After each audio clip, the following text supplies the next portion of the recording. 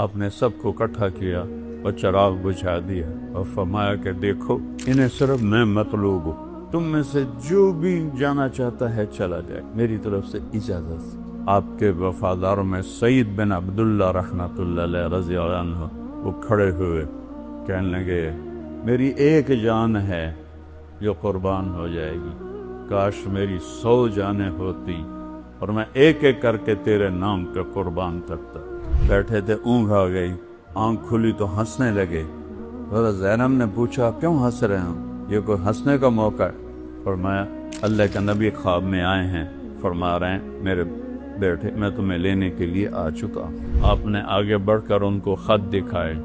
شمر نے کہا اب خط چھوڑو، اب ہم تمہیں قتل کریں گے، تو آپ ہنس پڑے۔ اتخوفنی بالموت، مجھے موت سے ڈراتے؟ اگر 1447 سال میں کسی موقع پر نماز کی گنجائش تھی تو امام حسین کے پاس تھی۔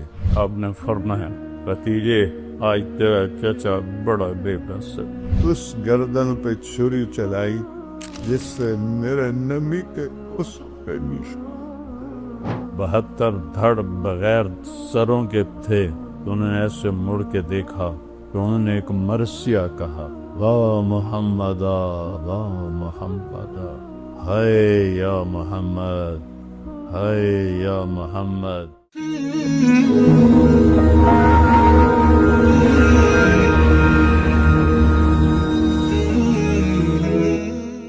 جمعرات کا دن تھا، وہ حملے کے لیے باہر نکلا ہے، تو آپ نے پیغام بھیجا کہ آج رات مہلت دے دو، کل میں آپ کو بتاؤں گا۔ وہ سارے خوش ہو گئے کہ ڈر گیا ہے کل یہ ہماری بیعت کر لے گا۔ تو کیا بات تھی؟ جمعہ کی رات آپ نے سب کو اکٹھا کیا اور چراغ بجھا دیا اور فرمایا کہ دیکھو انہیں صرف میں مطلوب ہوں، یہ صرف مجھے قتل کرنا چاہتے ہیں، تم میں سے جو بھی جانا چاہتا ہے چلا جائے، میری طرف سے اجازت۔ اور ایک رات کی مہلت ایک تو اس وجہ سے مانگی ہے، ایک اس وجہ سے مانگی ہے کہ آج مبارک رات ہے، اپنے اللہ کے سامنے رو دھو کے اپنے اللہ سے توبہ کر کے پھر میدان میں اتریں۔ تو ایک بھی نہیں اٹھا۔ آپ کے وفاداروں میں سعید بن عبداللہ رحمۃ اللہ علیہ رضی اللہ عنہ وہ کھڑے ہوئے، کہنے لگے اے حسین، اور عمر بھی ان کی سیانی تھی، میری ایک جان ہے جو قربان ہو جائے گی، کاش میری 100 جانیں ہوتی اور میں ایک ایک کر کے تیرے نام کا قربان کرتا، تاکہ قربانی کا مزہ تو آتا۔ ہم میں سے کوئی نہیں جائے گا، ایک بھی نہیں ہل۔ اور صبح آپ خیمے کے سامنے تھوڑا سا بیٹھے تھے، اونگ آ گئی، آنکھ کھلی تو ہنسنے لگے۔ حضرت زینب نے پوچھا کیوں ہنس رہے ہیں، یہ کوئی ہنسنے کا موقع ہے؟ فرمایا اللہ کا نبی خواب میں آئے ہیں، فرما رہے ہیں میرے بیٹے میں تمہیں لینے کے لیے آ چکا۔ میں لینے کے لیے آ چکا ہوں، اس لیے ہنس رہا ہوں۔ میدان جنگ قائم ہوا تو آپ نے آگے بڑھ کر ان کو خط دکھائے۔ شمر نے کہا اب خط چھوڑو، اب ہم تمہیں قتل کریں گے، تو آپ ہنس پڑے۔ اتخوفنی بالموت، مجھے موت سے ڈراتے؟ ان کے سردار زہیر نے بھی کہا اتخوفنا بالموت، ارے پاگلو، موت سے تو تمہیں ڈرنا ہے کہ تم نے آگ کا ایندھن بننا ہے، ہمیں کیا موت سے ڈراتے ہو، ہمارے لیے تو جنت ہے۔ یہی سعید ابن عبداللہ جنہوں نے کہا تھا 100 جانیں ہیں، ایک جان ہے قربان ہو جائے گی، کہنے لگے میرے بھائیو اللہ کی قسم تمہارے اور جنت میں صرف اتنا فاصلہ رہ گیا ہے کہ یہ کوفی آ کے تمہیں قتل کریں اور تم وہ گئے جنت۔ جب 40 گھوڑ سوار تھے، 32 پیدل، تو سب سے پہلے جو نکلے ان کا نام ہے مسلم بن اوسج، بڑی عمر کے تھے۔ تو آپ نے کہا مسلم آپ نہ جائیں، آپ ضعیف ہیں۔ کہنے لگے تیری ناموس پہ جان دیتے ہوئے میری جان چلی جائے تو میرے لیے اس سے بڑا اعزاز کوئی۔ اور میں اس وقت تک لڑوں گا جب تک تلوار میرے قبضے میں رہے گی۔ یہ پہلے شہید ہوئے۔ پھر ایک ایک کر کے جب نکلنے لگے تو امام حسین کا پلہ بھاری، جو مرنے کے لیے آیا ہو وہ نال کوئی لڑ سکتا؟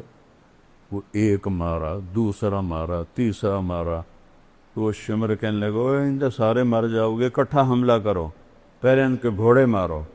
تو انہیں گھوڑوں پہ تیر چلائے، 40 کے 40 گھوڑے مار دیا، یہ سارے پیدل ہو۔ اب کیا چشم فلک میں، چشم زمین، سورج چاند ستاروں، وہ جنگ دیکھی جو کبھی نہ ہو۔ ساتھی ایک ایک کر کے شہید ہوتے جا رہے۔ ظہر کا وقت داخل ہو گیا، جمعہ کا دن تھا، 10 محرم۔ سورج یوں ڈھلا تو آپ کے لشکر کے 3 حصے تھے۔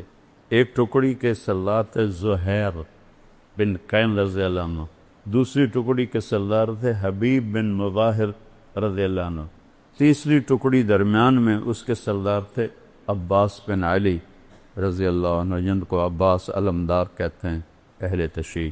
تو آپ نے زہیر کو بلایا، کہ زہیر ان سے کہو نماز پڑھنے۔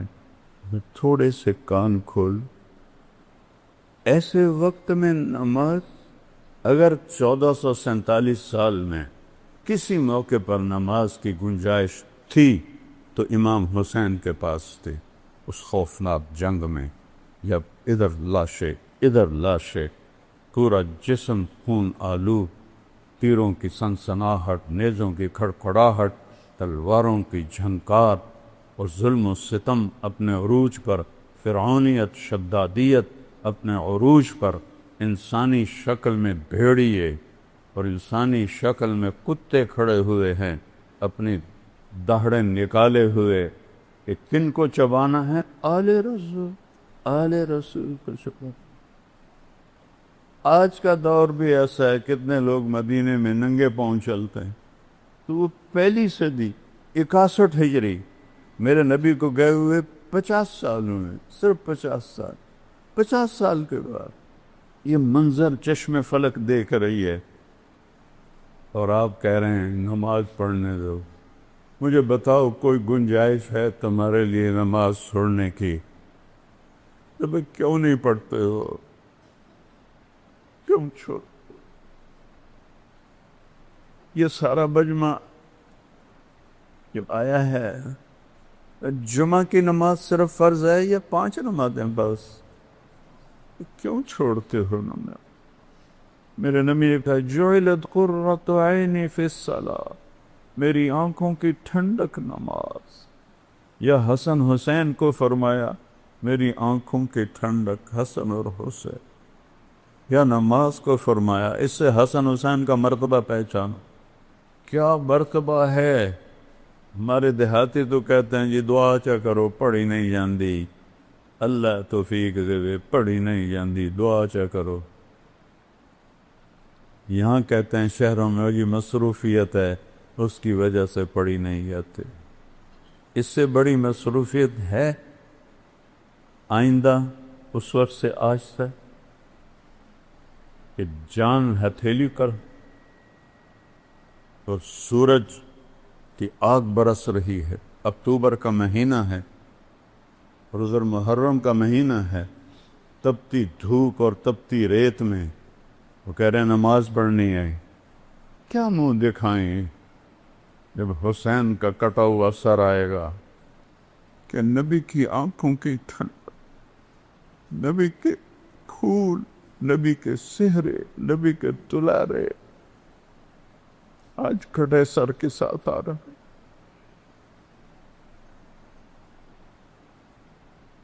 ہم ان کی امت ہے، سب سہولتیں موجود ہیں، نماز کیوں نہیں پڑھتے؟ کیوں سستی کر؟ کیا معاف کروا لی؟ معاف تو حسین کو ہونی چاہیے تھی۔ اللہ نے کہا سر بھی کٹنا پڑے تو کٹوا، پر نماز نہیں چھوڑنے دوں گا۔ اس سے کہا، شمر نے کہا پڑھو یا نہ پڑھو ہم قتل کریں گے۔ فرمایا پھر نماز تو نہیں چھوڑوں گا نا۔ اللہ کی عزت کی قسم اگر امام حسین نماز چھوڑ دیتے ان کے لیے کوئی مسئلہ نہیں تھا، لیکن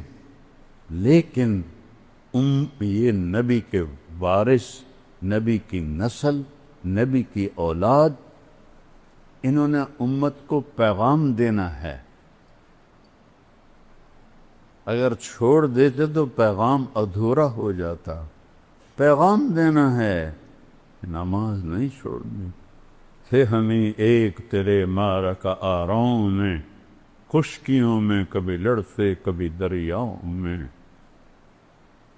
دیا دانے کبھی یورپ کے کلیساؤں میں، کبھی افریقہ کے تپتے ہوئے صحراؤں میں، شان آنکھوں میں نجشتی تھی جہانداروں کی، کلمہ پڑھتے تھے ہم چھاؤں میں تلواروں کی، اس سے سرکشہ کوئی تو بگڑ جاتے تھے، تیغ کیا چیز ہے ہم توپ سے لڑ جاتے تھے، نقش توحید کا ہر دل پہ بٹھایا ہم نے، زیر خنجر بھی یہ پیغام ہم سنایا، زیر خنجر نماز پڑھی